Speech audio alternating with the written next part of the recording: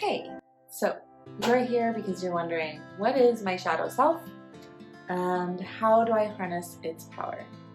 If you typed in shadow self, you probably know what it is, but I'm just gonna go over it. Anyway, your shadow self is these parts of you that you judge or repress because you believe that they don't fit in or you won't belong if you inhabit them. The parts that we repress to fit into a mold given to us by family or friends or society or our culture, dictated by people pleasing and being who other people want you to be. Why do we do this? Because we want to belong.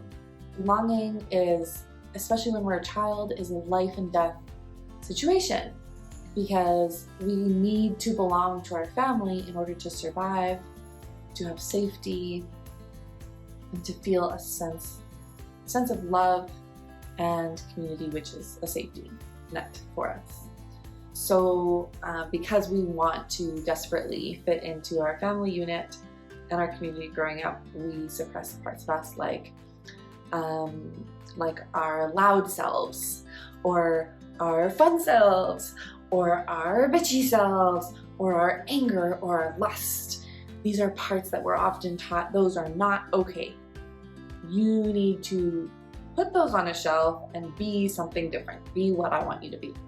Also, our shadow selves can be parts of us that we really don't like, that we push aside, like our shame, guilt, anger, or anxiety. We're like, I don't want to be that. I don't want to have that part of myself. How can I get rid of it? If you think, how can I get rid of it? About parts of yourself, that's one of your shadow selves. If you're anything like me, your shadow selves are very strong. Like anything we push down and repress, it just gets louder and louder and louder until we listen to it, until it causes something to happen in our lives. And so how do you harness that power for yourself, for what you want for your life? Because so often I find I want to do something in my life, like make these videos, and then I have a shadow self come up and be like, ooh, you're not good enough. Or, ooh, you really have nothing to offer here. And when I try to repress that, it just gets louder and louder, and then I end up procrastinating making these videos like I did for the past month and a half. My point is that I am definitely not perfect at doing these things, but when I do, it really works. So the first one is to realize that pretty much, I would say 99% of all of these parts of us, they actually want the best for us. Yes, your anxiety, and your anger, and your shame, they actually want what's best for you. What I mean by that is your anxiety might exist because you want to control things because you don't want to get hurt. Why? It's trying to protect you from being hurt. Your anger might be trying to protect you from other people's anger. Maybe you learned that as a child, that your anger can help stop other people's anger, or maybe it helps you feel good and in control because it's trying to protect you from feeling vulnerable. Great, that's pretty valid. Shame definitely tries to protect me from being rejected. That's the main point of shame in my life, is all the things that I've shamed because to live them would have meant I would have been rejected from my religious community growing up. So they are always usually trying to protect us from something, often a belief. It's a belief that we created in childhood.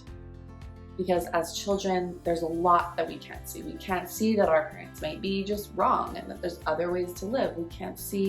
We don't have all the resources to make up our own beliefs and to really process what's happening in the world. And so we come up with these really childish beliefs like, well, I'm gonna hurt people before they hurt me.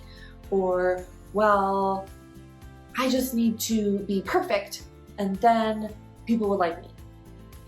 And we can't see all the nuances and gray of, being a human being when we're 4 or 6. So that's where our shadow selves come from. So then what? What if you just stopped And instead of saying to anxiety, go away, what if you said, hey, you're yelling at me because you want me to listen to you. So here, I'm giving you the floor. Speak to me. And you can do that with any of these selves, any of these shadows that are so powerful in your life. Fear, anxiety, shame, guilt, resentment, anger, sadness, you name it. You can bring them into the forefront, and you can journal, or you can use your imagination to talk to them, imagine them out in front of you, hear what they have to say, journal it out, or just feel into it and ask, what are you trying to protect me from? What are you trying to achieve in my life? What do you want from me? What do you need? What do you need? A really good question to ask is, what do you need in order to relax? So it might say something like, I need to know that you will be, I need to know that I will belong no matter who I am. I need to know that I am safe. Anxiety might be, I need to know that I can figure stuff out, or I need to know that I have a support worker I can rely on, or it might be, I need to feel safe within myself, right? So those are the needs that might help them to relax. And then to recognize that because they exist for a reason, what is that reason? And sometimes it's not even about getting rid of the bitchiness or anger or sadness. Sometimes those parts can be really useful. We need our anger to stand up for ourselves when we need to stand up for ourselves, and our bitchiness. When somebody's reaming out your kid, you need to stand up for that, right? Or your sadness. Maybe your sadness exists because it's trying to put a value on something that you've lost. There's good reasons why these exist. And instead of pushing them away, if you bring them forward and speak to them, you can find out what that is and give them value. And then when you listen to them, they don't have to yell at your ear all the time. And then, because you're not fighting it all the time, you have all this energy that you can put towards other things. And what if your bitchiness or your anger can become a healthier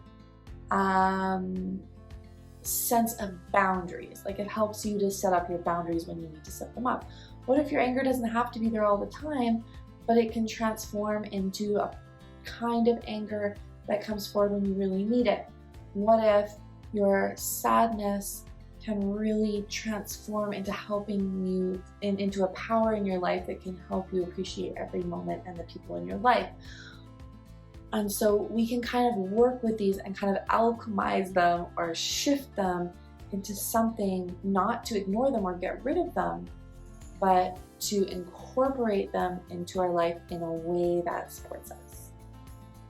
So I would really encourage you to just take out your journal, or however you process things, to invite some of your shadow selves in, talk to them, hear them out, figure out where did they come from, why do you have this belief, what is it trying to protect you from, how can you maybe shift it so that you're still protected and you're still safe within yourself, but you can also have an open heart, or so that you can also be calm. How can you build up ways of feeling safety in your body so that your anxiety can relax, and maybe just play with it, shift it, see what happens. Let me know what happens. If you have any questions about this, feel free to contact me, and I hope you have a wonderfully messy week, as always, with all the joy and sorrow and frustration and excitement of a human life. Mwah.